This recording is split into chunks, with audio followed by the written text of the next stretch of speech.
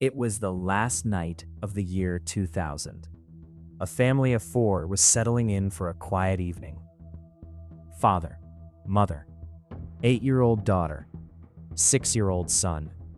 Sometime after 11 p.m., an intruder broke into their home and killed all four of them.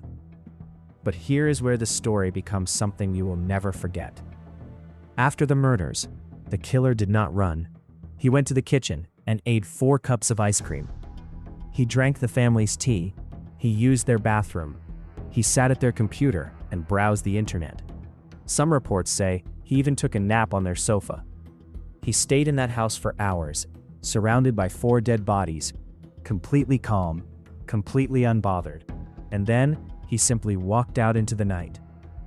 25 years later, he has never been found.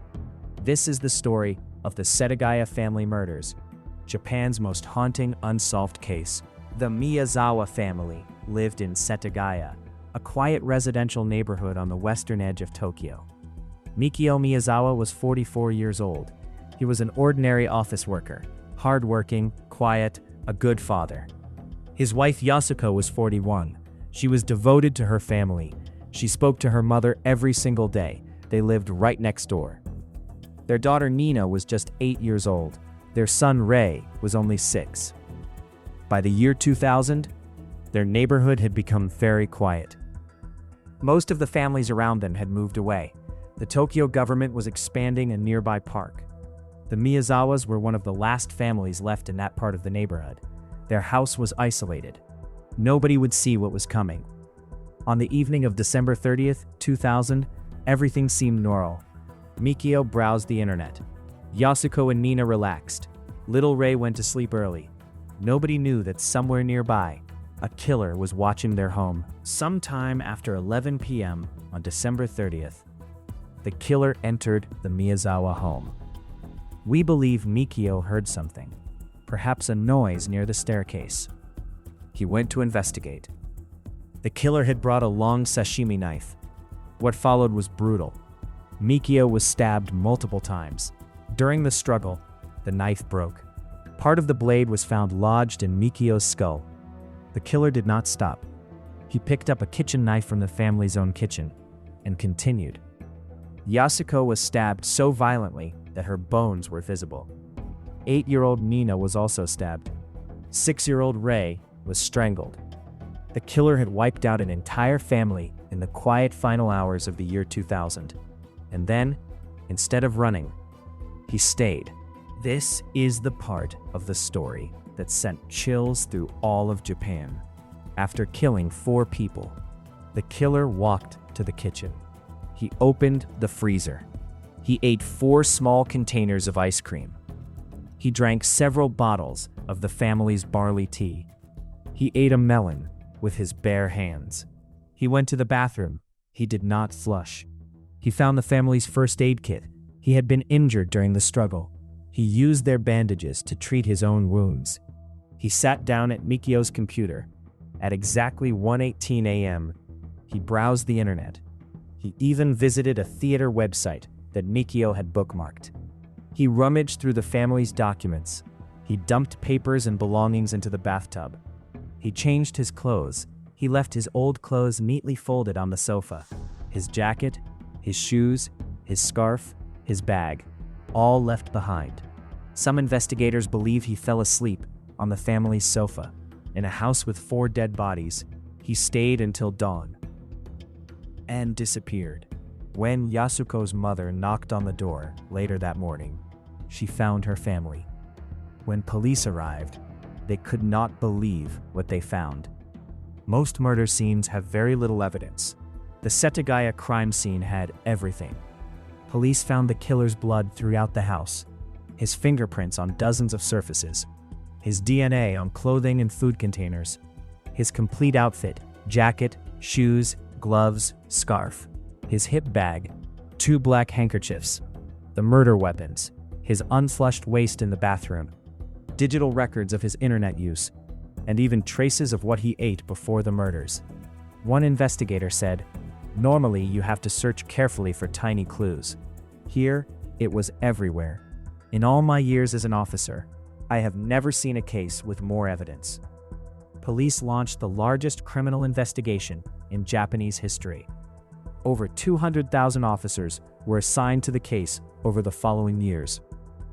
Over 1.3 million DNA comparisons were made, and yet not a single match was found. From all the evidence left behind, police built a remarkable profile of the killer. His blood type was A. His DNA showed he was male. His DNA also showed something unusual. His father was of East Asian descent.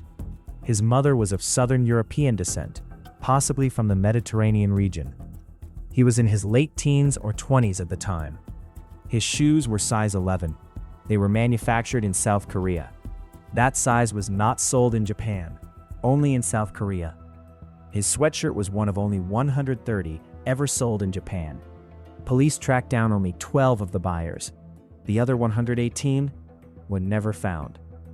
Inside his hip bag, police found traces of sand.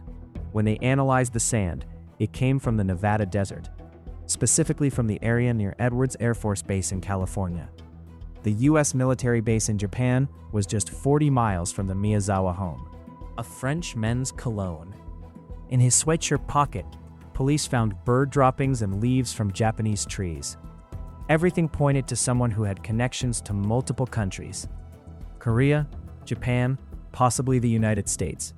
But his fingerprints matched nothing in any database anywhere in the world. He was a ghost. Theory 1. The U.S. military connection. The sand from Edwards Air Force Base. The shoe size only available in Korea, where U.S. military bases exist.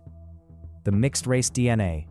Some investigators believe the killer may have been connected to the U.S. military stationed in Japan. Theory 2. A contract killer. Japanese investigative journalist Fumiya Ichihashi proposed that the Miyazawa family was targeted because they refused to sell their land. He believes a contract killer from Korea was hired, but this theory was never proven. Theory 3. A random attack. Some believe the killer chose the Miyazawa home simply because it was isolated. The neighborhood was empty. Nobody would see or hear anything. Theory 4. Someone who knew them. The killer seemed comfortable in their home. He knew where the kitchen was. He knew where the computer was. He stayed for hours without fear. As of today, the Setagaya killer has never been caught. If he was in his 20s in 2000, he would be in his 40s or 50s today. He could be anywhere in the world. He could be living a normal life, with a job, with a family, with neighbors who know nothing. Japan offered the largest reward in its history, 20 million yen, for information leading to his arrest. In 2010, Japan abolished its statute of limitations for murder, largely because of this case. Without that change, the killer could have confessed freely without any legal consequences. The Miyazawa house stood for years as a silent reminder of that terrible night. In 2019, police finally agreed to demolish it. Yasuko's sister Anne Irie has never stopped fighting for justice. And somewhere in the world tonight, a man who ate ice cream while surrounded by 4 dead bodies is living his life. A family of 4. A quiet New Year's Eve. A killer who left more evidence than any case in Japanese history. And yet, 25 years later, he has never been found. The Setagaya family murders remain the most haunting unsolved case in Japan. And perhaps, one of the most disturbing crimes ever committed anywhere in the world. If you found this story as haunting as we did, please like this video, share it with someone who loves a mystery, and subscribe to the Unsolved Room TV. See you in the dark.